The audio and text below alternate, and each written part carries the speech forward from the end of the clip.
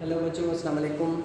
आज हम आपको खुश आमदीद कहते हैं अपने लेक्चर नंबर 3 में। सीक्वेंस एंड सीरीज़ हमारा चैप्टर चल रहा है जिसका लेक्चर नंबर 3 आज हम स्टार्ट करने जा रहे हैं। इस लेक्चर में हम पढ़ेंगे अर्थमेटिक सीक्वेंस। ठीक है, चलिए तो आइए हम स्टार्ट करते हैं अपने लेक्चर को। अब देखिए, पहले एक्सरसाइज 4.2 जिसका हम इंट्रो करने जा रहे हैं, सिंध बोर्ड है, उसमें जो एक्सरसाइज 4.2 में जो हम पढ़ेंगे वो हम पढ़ेंगे अर्थमेटिक प्रोग्रेशन के बारे में। ठीक है, तो अर्थमेटिक प्रोग्रेशन क्या होती है अपने पास? A sequence is said to be arithmetic progressions. कोई भी ऐसी सीक्वेंस है जिसको हम अर्थमेटिक प्रोग्रेशन कहेंगे if difference from the next term to the previous term is constant, और इस कांस्टेंट को हम क्या कहेंगे? Common difference. मतलब कोई भी ऐसी सीक्वेंस है जिसको हम अर्थमेटिक सीक्वेंस कहेंगे जब डिफरेंस, अगर हम मतलब जो है अगली टर्म में से पिछली टर्म को माइनस कर देंगे तो उसका जो डिफरेंस है वो हमेशा सेम रहेगा। ठीक है, तो उसको हम कहेंगे कि ये हमारे पास अर्थमेटिक प्रोग्रेशन है।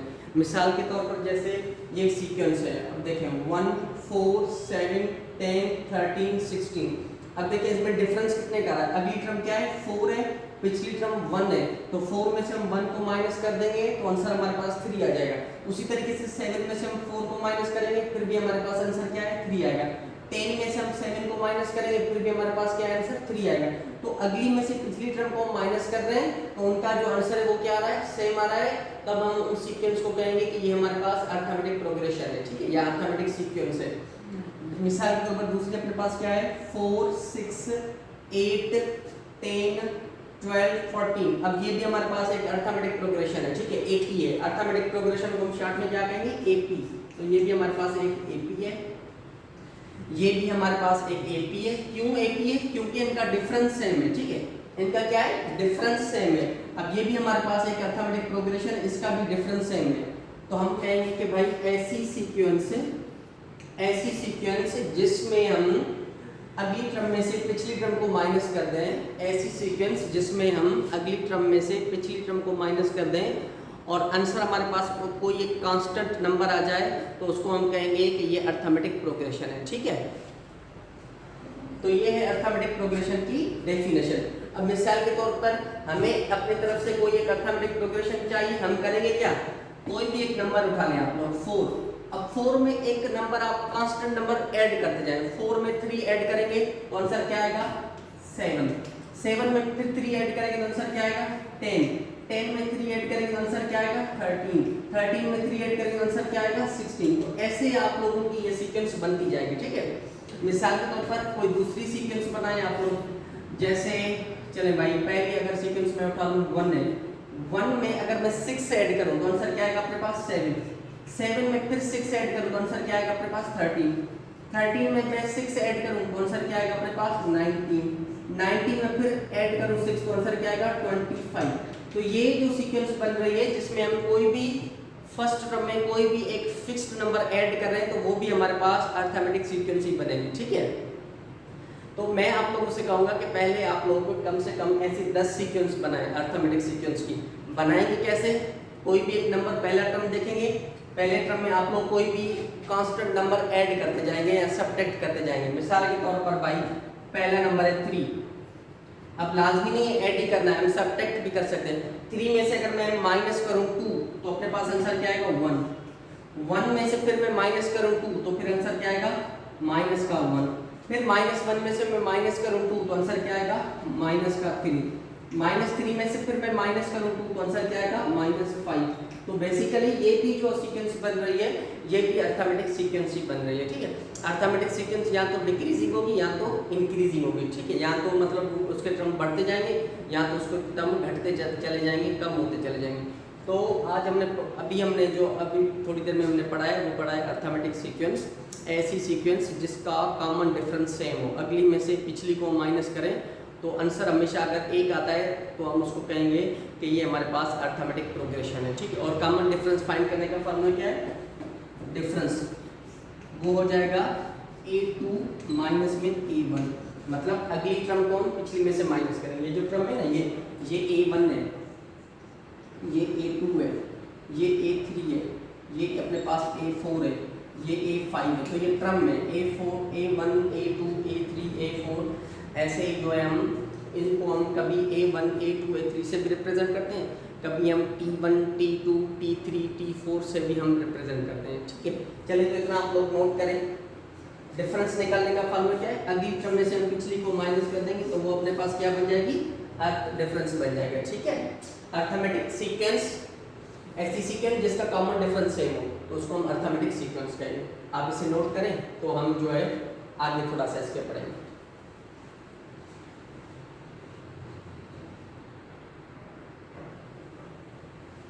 चलिए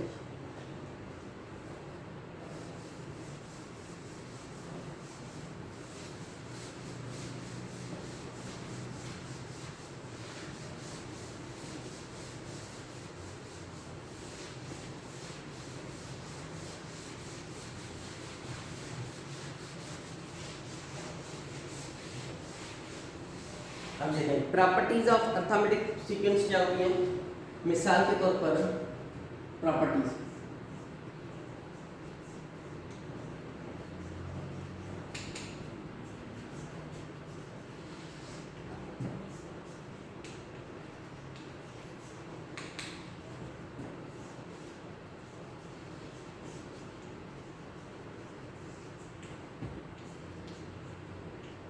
अब प्रॉपर्टीज ऑफ अर्थमेटिक प्रोग्रेशन क्या होती है अपने पास, कोई भी एक एपी आप लोग समझ लें। मिसाल के तौर पर 1, 3, 5, 7, 9, 11, 13 ये आगे एक अपने पास एपी है।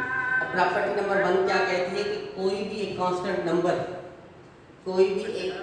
नंबर हम इस प्रोग्रेशन में ऐड करते जाएं, ठीक है। जैसे मिसाल के तौर पर मैं ऐड करूं 4, यहाँ पर ऐड क्या करूं 4 नंबर 1 प्रॉपर्टी है। तो अब 4 जब इसमें 1 ऐड होगा तो 1 में 4 ऐड होगा तो ये 5 हो जाएगा। फिर 3 में जब 4 ऐड होगा तो ये कितना हो जाएगा 7 हो जाएगा। 7 में 4 ऐड हो जाएगा तो ये कितना हो जाएगा 9 हो जाएगा। 9 में मतलब 7 में 4 ऐड होगा तो कितना हो जाएगा ये, एक सेकेंड, 1 में 5 7 ये 9। अब 7 में 4 ऐड होगा तो कितना हो जाएगा अपने पास 11 हो जाएगा। फिर से 4 में जब 9 ऐड होगा तो कितना हो जाएगा 13 हो जाएगा। 13 में जब ये ऐड होगा तो कितना हो जाएगा 15 हो जाएगा। 4 में 13 ऐड होगा तो कितना हो जाएगा 17 हो जाएगा। मतलब अगर हमारे पास कोई भी एक अर्थमेटिक प्रोग्रेशन है उसमें हम कोई भी एक दूसरा नंबर ऐड करें, जो हमारे पास नई जो सीक्वेंस बनेगी, जो नई प्रोग्रेशन बनेगी, हम उसको वो भी हमारे पास एपी नहीं होगी, ठीक है। तो ये भी अपने पास किसमें होगी, ये भी अपने पास एपी में होगी, ठीक है। इस तरीके से दूसरी नंबर प्रॉपर्टी क्या कहती है, अगर आप सब्ट्रैक्ट करें, माइनस करें, सब्ट्रैक्ट करें कोई भी नंबर, चले सब्ट्रैक्ट में 2 करता हूँ, ठीक है। तो जब 1 में से मैं 2 को सब्ट्रैक्ट करूंगा तो 1 - 2 आंसर क्या आएगा -1।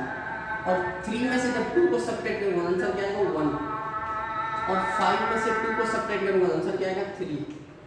7 में से 2 को सब्ट्रैक्ट करूंगा आंसर क्या आएगा 5। 9 में से 2 को सब्ट्रैक्ट करूंगा आंसर क्या आएगा 7। अब ये ऐसे बनती चली जाएगी सीक्वेंस। तो अगर कोई एक पहले ही हमारे पास अर्थमेटिक सीक्वेंस है, उसमें से हमने एक नंबर को माइनस किया है, अब जो नई हमारे पास न्यू जो एपी बनेगी, न्यू जो अर्थमेटिक प्रोग्रेशन बनेगी, वो भी हमारे पास अर्थमेटिक प्रोग्रेशन ही होगी, ठीक है। जो नई सीक्वेंस बनेगी सब्ट्रैक्शन करने के बाद वो भी हमारे पास क्या होगी, अर्थमेटिक प्रोग्रेशन ही होगी। तो ये भी अपने पास अर्थमेटिक प्रोग्रेशन होगी, ठीक है। ये प्रॉपर्टी नंबर 2 है। अच्छा, उसके बाद क्या है, अगर मैं थर्ड नंबर प्रॉपर्टी क्या है, कोई नंबर मल्टीप्लाई करूँ, ठीक है। इसी सीक्वेंस में कोई नंबर में मल्टीप्लाई करूँ, चलो multiply by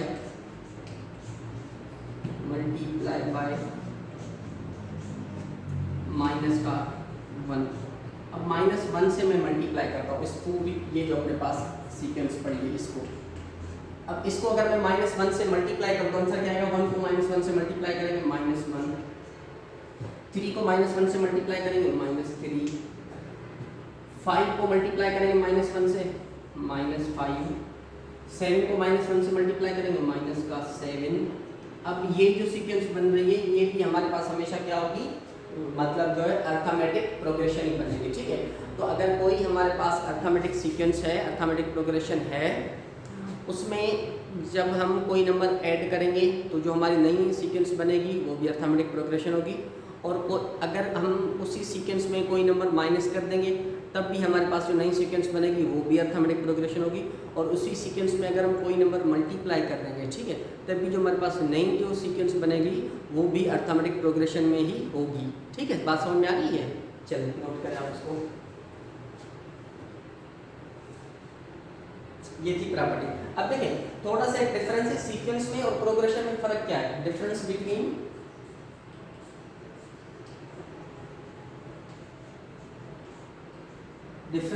sequence and progression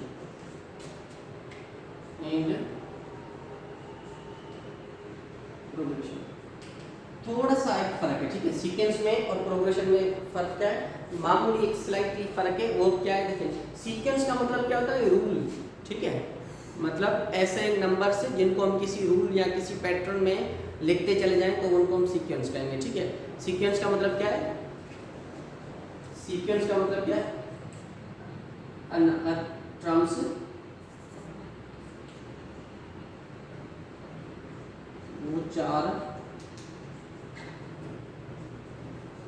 which are arranging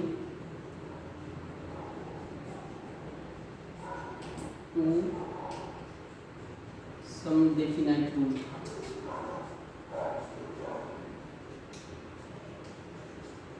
ठीक है, जैसे मिसाल के तौर पर कोई हमने एक रूल बना दिया भाई, एक सीक्वेंस हम लिख रहे हैं जिसमें हम पहले लिख रहे हैं -1, फिर उसमें हम एक ऐड करें तो +1, फिर उसमें एक मतलब जो है +1 -1 +1 -1 +1 अब देखें ये अपने पास सीक्वेंस है, ठीक है। अब इसमें हम एक दफ़ा ऐड करें तो आप माइनस करें, एक दफ़ा ऐड करें तो आप माइनस करें, तो ये अपने पास है क्या है? सीक्वेंस है। जैसे मिसाल के तौर पर कोई और दूसरी सीक्वेंस बना लो, जैसे पहले क्या किया हमने? नेचुरल नंबर है, जैसे इवन नंबर है 2 का स्क्वायर किया और उसमें ऐड कर दिया, उसके बाद फिर से 4 का स्क्वायर किया उसमें ऐड कर दिया, उसके बाद अब 3 ऐड कर लेते हैं, उसके बाद फिर 6 का स्क्वायर करेंगे, उसके बाद ऐड कर देंगे क्या? 3 + 3 का और नंबर 5 हो जाएगा। उसके बाद फिर से 8 का स्क्वायर ऐड करेंगे, 8 का स्क्वायर उसमें ऐड कर देंगे कितना? 7। तो ये भी एक सीक्वेंस है। इसको जब हम सॉल्व करेंगे तो 2 का स्क्वायर 4 4 1 5, ठीक है। इसको हम स्क्वायर 16 + 3 कितना हो जाएगा? 21। 36 है, 36 में 5 ऐड करेंगे तो 41। यहाँ पर 8 का स्क्वायर 64 में 7 ऐड करेंगे तो कितना हो जाएगा? 61। तो ये भी एक सीक्वेंस है, ठीक है। सीक्वेंस में क्या है? हम कोई भी रूल के तहत काम करते हैं, ठीक है। पर प्रोग्रेशन में ऐसा नहीं है। प्रोग्रेशन का मतलब है, प्रोग्रेशन मतलब एक फिक्स्ड कांस्टेंट नंबर ऐड करेंगे हम। सीक्वेंस में एक कोई भी कांस्टेंट नंबर ऐड करेंगे तो कांस्टेंट रूल हो जाएगा उसमें। यहाँ पर कोई भी कांस्टेंट रूल नहीं है, परमानेंट रूल नहीं है। पर प्रोग्रेशन जब हम बनाएंगे तो उसमें कोई एक परमानेंट रूल हम ऐड करते जाएंगे, ठीक है। जैसे मिसाल के तौर पर 4 है प्रोग्रेशन, ठीक है।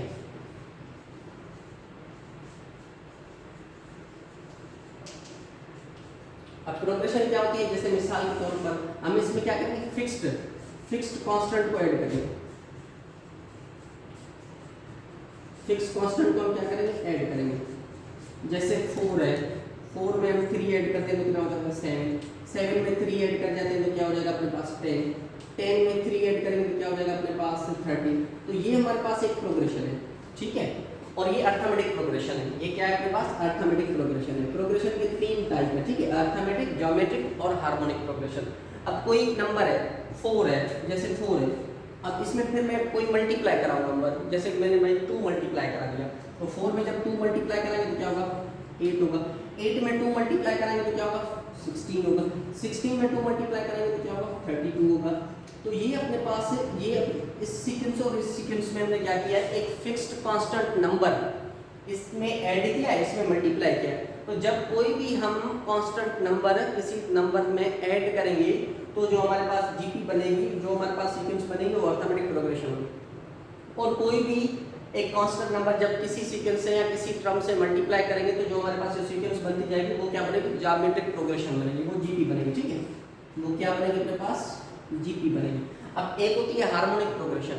वो भी हार्मोनिक प्रोग्रेशन क्या होती है? जो हमारे पास अर्थमेटिक प्रोग्रेशन है उसको हम उलट कर दें, रेसिप्रोकल कर दें। जैसे ये एपी है तो इसको अगर मैं उलट कर दूं 1/4, 1/7, 1/10, 1/13, तो ये अपने पास क्या बन रही है, ये हमारे पास HP बन रही है, ठीक है, ये अपने पास क्या बन रही है, HP बन रही है। तो बेसिकली सीक्वेंस और प्रोग्रेशन में क्या फ़र्क है, प्रोग्रेशन में हम कि कोई भी टर्म में, किसी पहले नंबर टर्म में, फर्स्ट टर्म में हम कोई नंबर ऐड करते जाते हैं या कोई नंबर मल्टीप्लाई करते जाते हैं, ठीक है, तो वो अपने पास जो सीक्वेंस बनेगी वो प्रोग्रेशन होगी।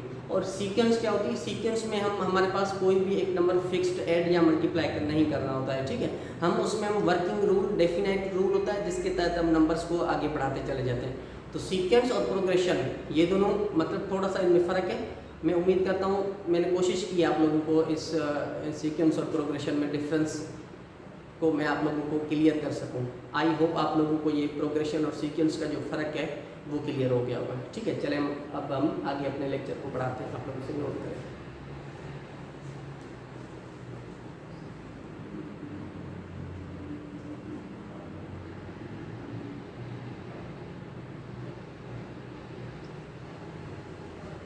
ये शायद नहीं आती, देखिए मतलब 1/4, 1/7, 1/10, ठीक है। चलिए इसको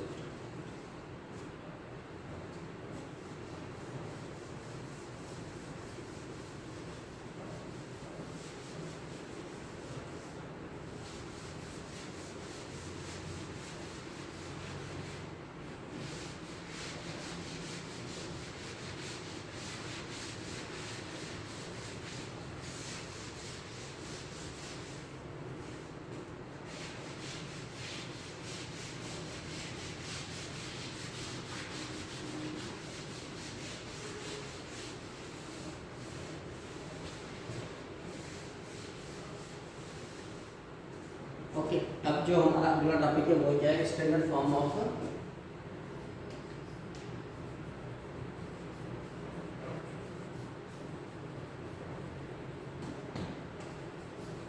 standard form of arithmetic progression. अब standard form of arithmetic progression अपने पास क्या होता है,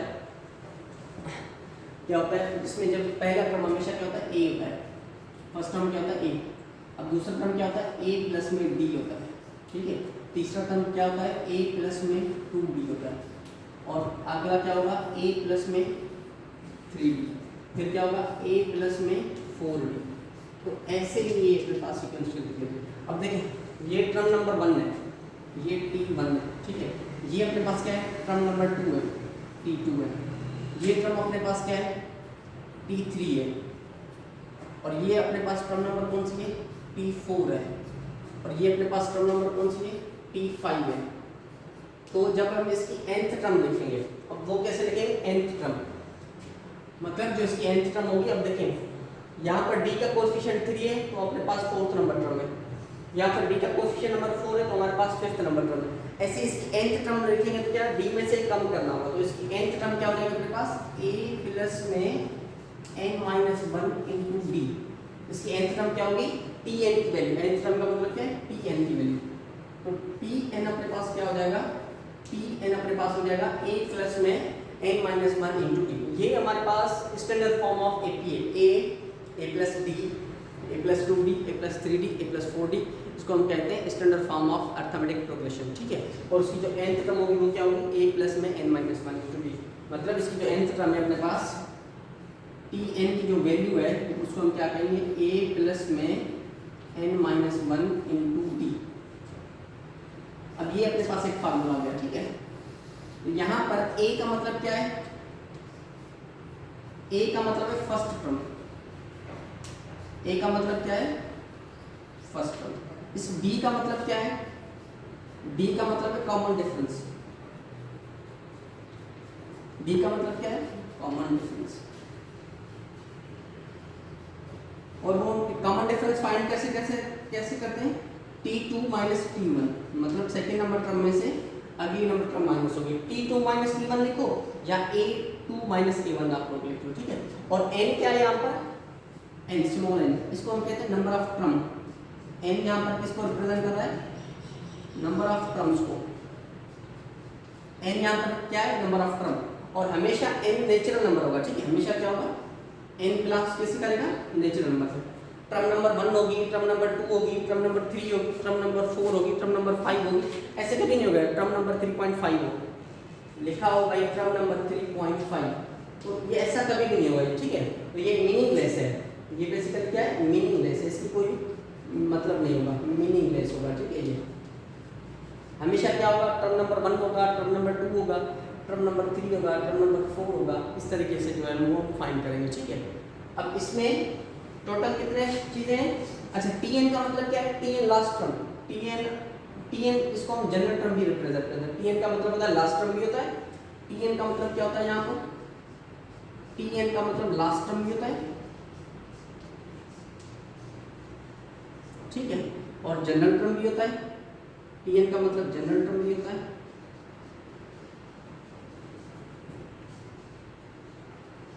जनरल टर्म भी होता है, ठीक है। Tn का मतलब क्या होता है, लास्ट टर्म भी Tn को कहते हैं, जनरल टर्म भी हम Tn को कहते हैं।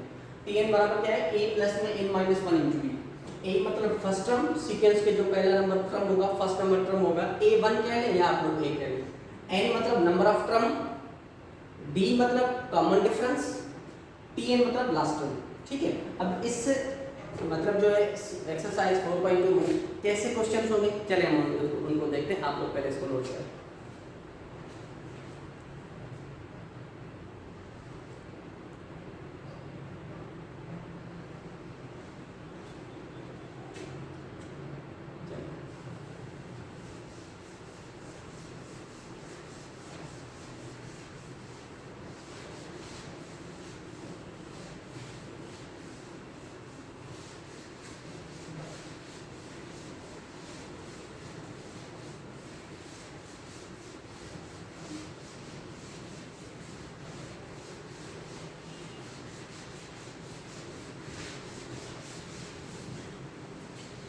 अब देखिए हम क्वेश्चंस हम कैसे मतलब यूज करते हैं, इन क्वेश्चंस को कैसे फाइंड करते हैं।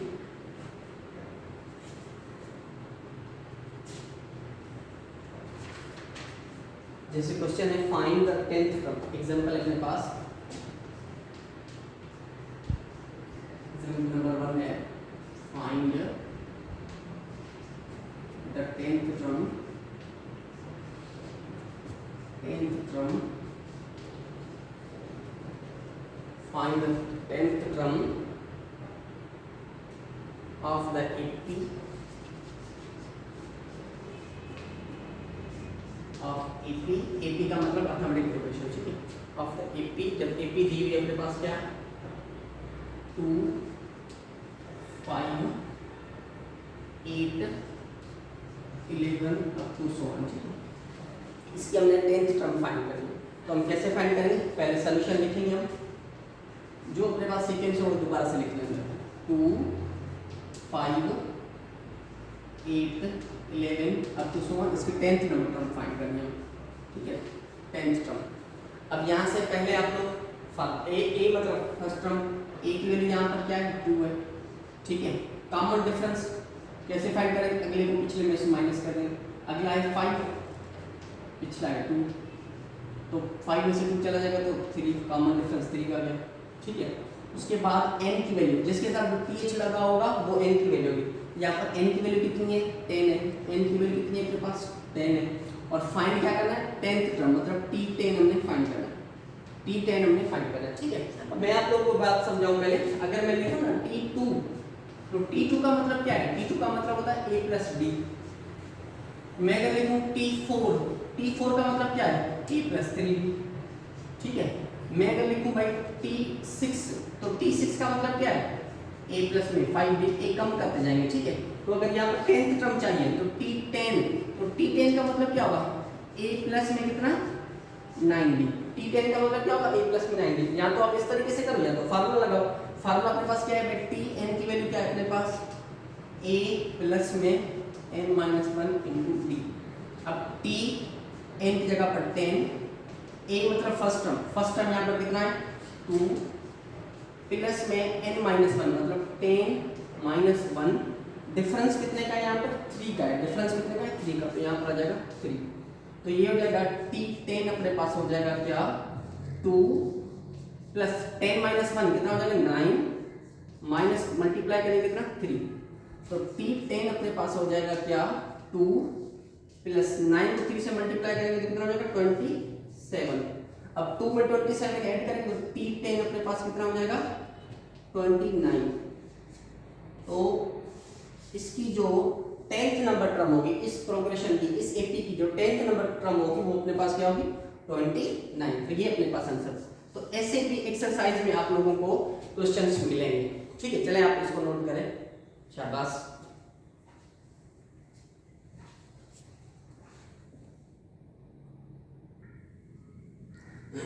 ओके जी, चलें एग्जांपल नंबर 2 है। इसमें हमने क्या करना है, find the number of term. अब यहाँ पर नंबर ऑफ टर्म हमने फाइंड करना है। नंबर ऑफ टर्म फाइंड करना है मतलब n फाइंड करना है। ठीक है, तो जब भी आपसे कहे कि फाइंड नंबर ऑफ टर्म तो इसका मतलब है हमने यहाँ पर n फाइंड करना है। ठीक है, तो find number of terms in 80 if a बराबर 3। हमने नंबर ऑफ टर्म फाइंड करना है, n की वैल्यू फाइंड करनी है उस अर्थमेटिक प्रोग्रेशन की जिसमें फर्स्ट टर्म 3 है, कॉमन डिफरेंस 7 है एंड उसकी जो an की वैल्यू है, an कह दो आप या tn कह दो, एक ही बात है, जिसमें an की वैल्यू कितनी है यहाँ पर 59 है। तो अपने पास फार्मूला क्या है, फार्मूला है an बराबर है a प्लस में n minus 1 into D. an कह दो या tn कह दो, कोई मसला नहीं है, एक ही बात है। अब an का मतलब कितना है यहाँ पर 59। a फर्स्ट टर्म कितनी है अपने पास 3 प्लस n माइनस 1 डिफरेंस कितने का है 7 का, तो 7। अब इसको आगे हल करके यहाँ से n की वैल्यू निकालनी है। तो ये प्लस का या चलो पहले 59 3 7, पहले इस 7 को मल्टीप्लाई कर दो ब्रैकेट से, n को 7 से मल्टीप्लाई कर देंगे तो क्या हो जाएगा 7n, माइनस 1 को 7 से मल्टीप्लाई कर देंगे माइनस का 7। ठीक है, तो ये हो जाएगा 59। अब 7n सेम, अब 3 में से माइनस के साथ चले जाएंगे तो माइनस के कितने होंगे 4। ठीक है, अब ये माइनस के 4 नेगेटिव है, बराबर की इधर आकर प्लस हो जाएंगे तो 59 नेगेटिव 4 तो प्लस 4 और यहाँ पर क्या बचेगा अपने पास 7n। अच्छा 59 में 4 ऐड करेंगे तो कितना हो जाएंगे 63, तो 63 हो जाएगा कितना 7n। अच्छा 7 मल्टीप्लाई इधर आके डिवाइड हो जाएगा तो ये हो जाएगा 63 अपॉन में कितना ये 7 और बराबर क्या हो जाएगा n। तो एक मरतबा इसके ऊपर कितने बार जाएगा 9 मरतबा, मतलब n की वैल्यू यहाँ से अपने पास क्या होगी n की वैल्यू हो जाएगी 9।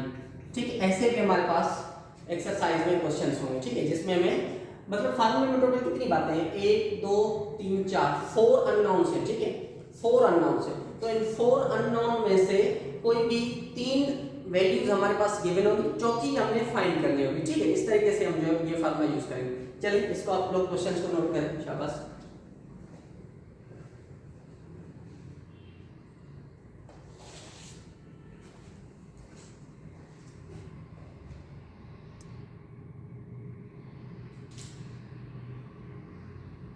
अच्छा जी, अब फिर से एक सीक्वेंस अपने पास एग्जांपल नंबर 3 है, क्वेश्चन नंबर 3 है। उसमें क्या कह रहा है अपने पास find the 13th term, find the 13th term,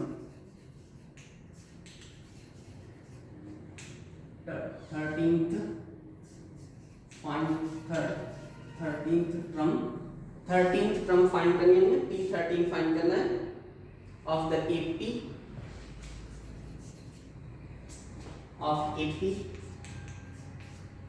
arithmetic progression की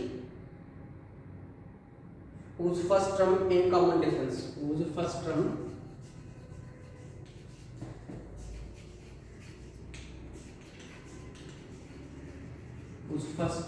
and common difference,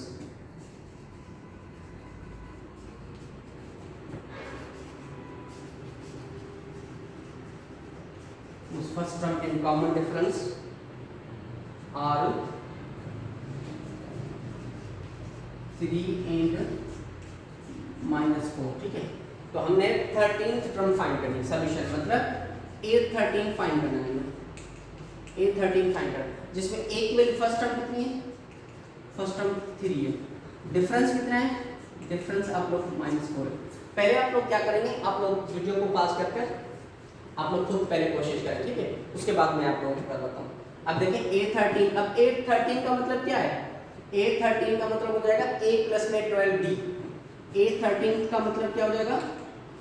A plus में 12D, ठीक है। A13 का मतलब होगा A प्लस में 12D। अब A13 अपने पास हो जाएगा, A मतलब फर्स्ट टर्म कितना है 3 प्लस 12, D अपने पास कितना है माइनस के 4। तो A13 अपने पास हो जाएगा 3 प्लस माइनस माइनस 4 को 12 से मल्टीप्लाई करेंगे तो हमें 48, और 3 में से माइनस के 48 चल जाएंगे तो मतलब A13 अपने पास क्या हो जाएगा माइनस के 45। ये अपने पास हो गया A13 की वैल्यू, ठीक है। तो मुख्तलिफ क्वेश्चंस होंगे, आप लोगों ने करने हैं, शाबाश, इसे भी नोट करें।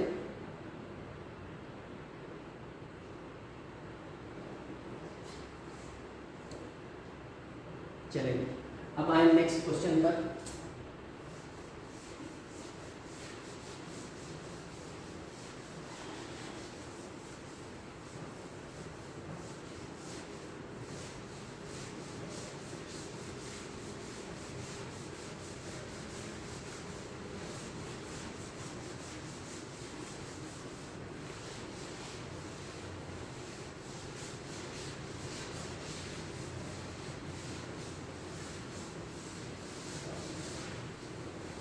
नेक्स्ट क्वेश्चन हमारे पास क्या है?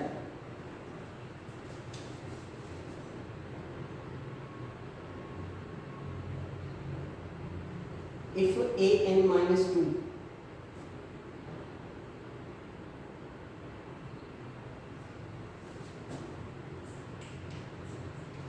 एग्जाम्पल नंबर 4 है, if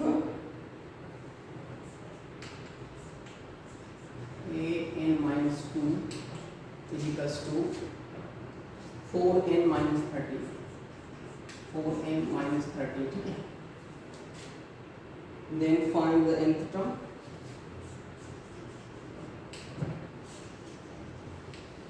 then find the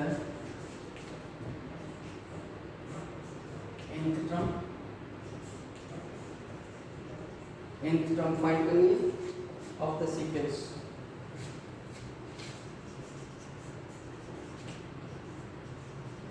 of the sequence, ठीक है। अब यहाँ पर पहले अब n में क्या पुट करेंगे, यहाँ पर a1 की वैल्यू मिल जाए, मतलब फर्स्ट वैल्यू मिल जाए। n की जगह पर जब हम 3 पुट करें, n की जगह पर क्या पुट करें 3, तो 3 पुट करेंगे हम, तो अपने पास क्या होगा a3 माइनस 2, और यहाँ पर क्या हो जाएगा 4, n की जगह पर 3 माइनस के 30, तो ये हो जाएगा 12 माइनस 30, मतलब यहाँ पर हो जाएगा 1। तो मतलब a1 फर्स्ट टर्म हमारे पास क्या है 1। अब इसकी सेकंड टर्म भी निकालें। अब सेकंड टर्म कैसे निकालेंगे, n की जगह पर क्या पुट करेंगे हम 4, n की जगह पर हम क्या पुट करेंगे 4, तो जब 4 पुट करेंगे तो हमें इस सीक्वेंस की सेकंड टर्म भी मिल जाएगी। कैसे भाई a n माइनस 2 मतलब 4 माइनस 2, ये हो जाएगा क्या अपने पास 4, n की जगह पर कितना है अभी, n की जगह पर 4 है, तो 4 माइनस में कितना है 30, तो ये कितना हो जाएगा 16 माइनस में कितना 30, तो 16 में 13 चला जाएगा तो कितना आएगा 3, तो मतलब इसकी जो सेकंड नंबर टर्म है वो कितनी है 3। अब इस सीक्वेंस की जो a1 की वैल्यू है, a1 अपने पास क्या निकला है 1, और इस सीक्वेंस का जो a2 है वो अपने पास क्या निकला है 3। अब हम बता सकते हैं यहाँ पर डिफरेंस क्या निकलेगा, डिफरेंस क्या निकलेगा, अगले को पिछले में से माइनस कर देंगे, तो अगला मतलब कितना है 3, पिछला कितना है 1, तो 3 में से 1 चला जाएगा तो डिफरेंस की वैल्यू क्या आ जाएगी, यहाँ से 2 आ जाएगी। अब हम सीक्वेंस बना सकते हैं। अब सीक्वेंस की पहली नंबर टर्म क्या है 1, दूसरी नंबर टर्म क्या है 3, अब डिफरेंस कितने का 5 का, तो अगली टर्म कैसे बनेगी, 3 में 2 ऐड कर देंगे तो क्या 5, फिर 2 ऐड करेंगे तो क्या हो जाएगा 7, फिर 2 ऐड करेंगे तो 9। अब ये सीक्वेंस बन जाएगी।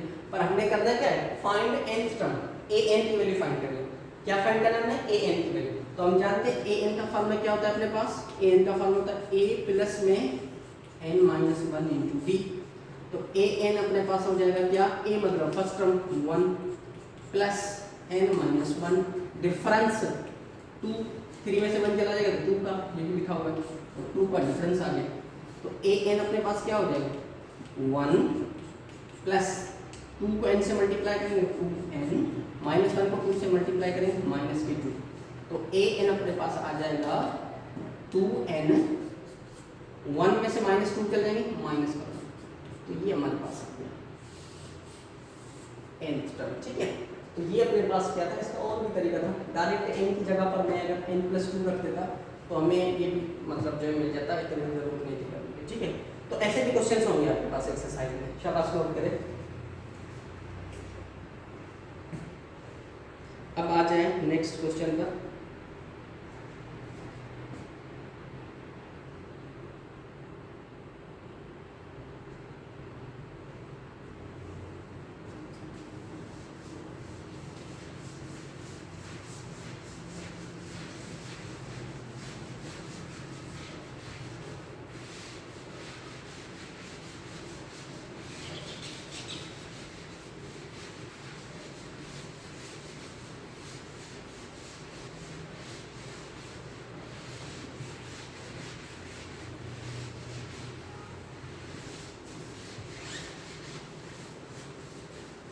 चलिए नेक्स्ट क्वेश्चन है एग्जांपल नंबर 5। अब इसमें क्या है, if the fifth term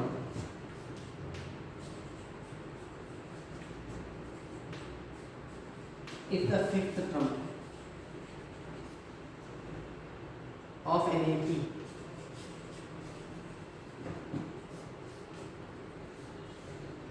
the fifth term of an AP is 13, fifth जो टर्म है किसी भी अर्थमेटिक प्रोग्रेशन की वो 13 है, एंड सेवेंथ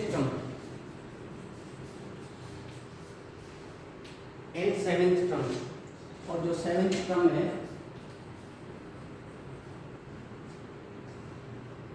अच्छा सेवेंथ नहीं 17th है। ठीक है, एंड 17th टर्म कितनी है अपने पास इस 49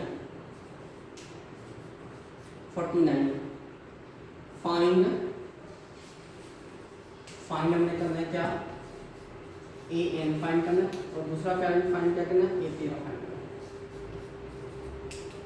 ठीक है, तो ये दो क्वेश्चन है, एक क्वेश्चन है। अच्छा इसमें क्या करना है, फिफ्थ टर्म गिवन है, फिफ्थ टर्म कितनी है, फिफ्थ टर्म का मतलब क्या है, T5 या A5। अब A5 कितना है अपने पास 13। अब A5 का मतलब क्या है, A5 का मतलब क्या है, A प्लस में 4D और वो कितना है 13 है। ठीक है, उसके बाद दूसरा क्या है 17th टर्म A17, वो कितनी है अपने पास 49 है। अब A17 का मतलब क्या है, A17 का मतलब जो है A प्लस में 16D और वो कितना है अपने पास 49 है। ठीक है, अब बेसिकली करना क्या है, जब भी ऐसे आप लोगों को क्वेश्चंस गिवन हो तो यहाँ पर हमने A की वैल्यू निकालनी है और D की वैल्यू निकालनी है। ठीक है, A और D की वैल्यू निकाल कर उसके बाद आप करना। तो अपने पास क्या हो जाएगा बच्चों, अब यहाँ से ये दो इक्वेशंस हैं, इक्वेशन नंबर 1 इक्वेशन नंबर 2, इनको सब्ट्रैक्ट कर देंगे तो A की वैल्यू मिल जाएगी, D की वैल्यू मिल जाएगी, A से A खत्म हो जाएगा, 4D में से 16D चल जाएंगे तो माइनस के 12D बचेंगे। यहाँ पर 13 में से माइनस के 49 चले जाएंगे तो माइनस के 36 बचेंगे 36। अब D की वैल्यू क्या होगी अपने पास माइनस के 36 अपॉन में कितना माइनस के 12, माइनस से माइनस कैंसिल, 12 कटे पहले एक मरतबा 36 पर 3 मरतबा, तो डिफरेंस अपने पास क्या है, D की वैल्यू क्या आ गई 3 आ गई। अब A की वैल्यू निकालो, अब A की वैल्यू कैसे निकालेंगे, हमें मालूम है A प्लस 4D किसके बराबर है बच्चों 13 के बराबर है। अब A की वैल्यू चाहिए तो A सेम प्लस 4, B कितना है अपने पास 3 तो D 3 है और यहाँ पर क्या है 13। ठीक है, A किसके बराबर हो जाएगा अपने पास, 4 को मल्टीप्लाई करेंगे 12 हो जाएगा, माइनस का हो जाएगा तो 13 माइनस में कितना 12, तो A अपने पास फर्स्ट टर्म क्या आ गई अपने पास 1 आ गई। ठीक है, अब क्या क्या फाइंड करना है, A n फाइंड करना है, 13 फाइंड करना है। अब A n कैसे निकलेगा अपने पास, A n किसके बराबर होता है A प्लस में n माइनस 1 इंटू D। तो ए एन अपने पास क्या है, ए मतलब फर्स्ट टर्म क्या निकली है 1 प्लस एन माइनस 1, डिफरेंस कितने का निकला है 3 का, इधर रख दो 3, तो ए एन अपने पास क्या हो गया 1 प्लस 3n माइनस 3, तो ए एन क्या हो जाएगा अपने पास, ये हो जाएगा 3n, 1 में से माइनस के 3 चलेंगे माइनस के 2, तो ये ए एन की वैल्यू होगी। अब और क्या चाहिए हमें, ये 13th टर्म, तो इसी में हम एक की जगह पर 13 एन की जगह पर 13 रख देंगे, तो क्या हो जाएगा 3 × 13 माइनस 2, तो ये हो जाएगा अपने पास क्या, ये हो जाएंगे 39 माइनस 2, 39 में 2 चलेंगे तो कितने बचेंगे 37, तो ये अपने पास हो गया, मतलब ऐसे भी एक्सरसाइज में आप लोगों के पास क्वेश्चन हो गए। ठीक है, एक आखिरी एग्जांपल है, उसके बाद हम अपने इंट्रो को आज यहाँ पर एक बाइंड अप करेंगे। ठीक है, चलें तो नोट करें आप लोग पहले शाबाश।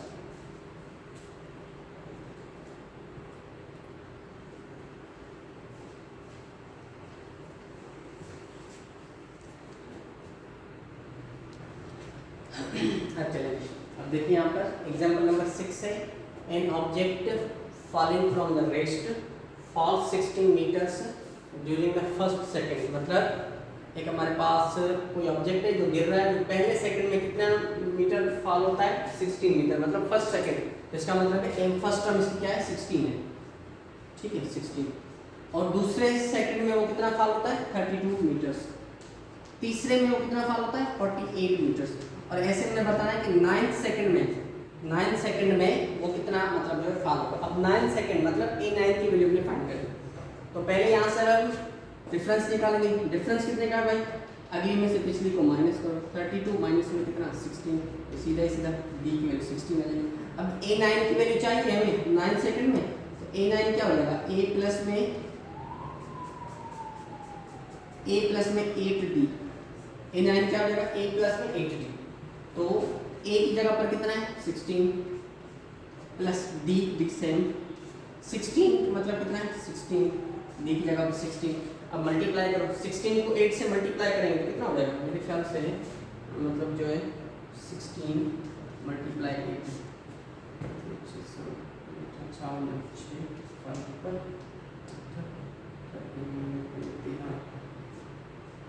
136।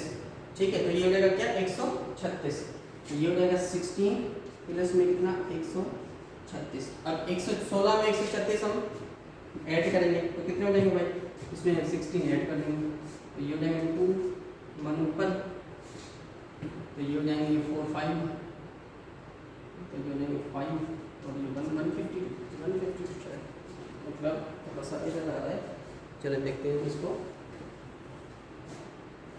अच्छा ये हो जाएंगे 128, 128, ठीक है, 16 में 128 ऐड करेंगे तो कितना हो जाएगा अपने पास 144, ए9 144। ठीक, यहाँ पर हमने मिस्टेक किया शायद 48 होंगे, ठीक है यहाँ पर, तो चलो इसको हम मिटा देते हैं। ठीक है, तो ये था अपने पास क्वेश्चन नंबर लास्ट इस एक्सरसाइज का, एग्जांपल नंबर लास्ट 6 नंबर। तो बॉडी जो है वो 9 सेकंड में कितने मीटर फॉल्स करेगी 144 मीटर फॉल्स करेगी। ठीक है, इस एक्सरसाइज का हमने एक्सरसाइज 4.2 का हमने आज इंट्रो मुकम्मल किया है। ठीक है, अब इंशाल्लाह अगले लेक्चर में हम एक्सरसाइज 4.2 को शुरू करेंगे। ठीक है, समझ में आ गया लेक्चर, उम्मीद करता हूँ आप लोगों को आज वाला जो ये लेक्चर है वो सही तरीके से समझ में आया होगा। ठीक है, ओके, अल्लाह हाफिज़, थैंक यू।